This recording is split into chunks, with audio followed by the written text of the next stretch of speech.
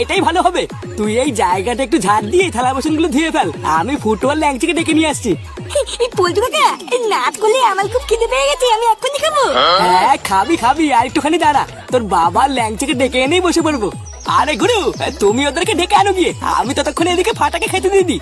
তাহলে তাই কর বুঝলি, তুই ফাটাকে খেতে দিয়ে থালা বাসন গুলো ধুয়ে নে, আমি এক্ষুনি আসছি।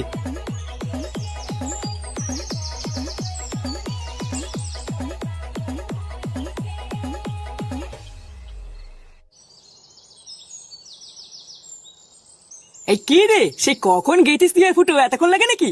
আমার রান্না বান্না সব হয়ে গেছে, চ খেয়ে নেবো। আর খাওয়া গো পল্টুদা, ফুটো তো এদিকে মালকে মাতলামি শুরু করেছে। এতক্ষণ সবই ঠিক ছিল, কিন্তু এক বোতল বাংলা খাওয়ার পর থেকে যেন কেমন উল্টো পাল্টা বকছে। সে কি, এখন সবাই খেতে বসবো আর ও এখনই শুরু করলো? আরে শুধু কি আর মাতলামি, এখন বলছে পেপসি আর মাংস খাবে। না, এইসব বালছাল দিয়ে কি আর পিকনিক হয় নাকি? এই কিরে, তোদের পিকনিক করতে আর কতক্ষণ লাগবে? এই কি কাকু, তুমি এখানে? আরে তোরা সেই কখন থেকে পিকনিক করছিস, আর একটু পরে তো সন্ধ্যা হয়ে যাবে।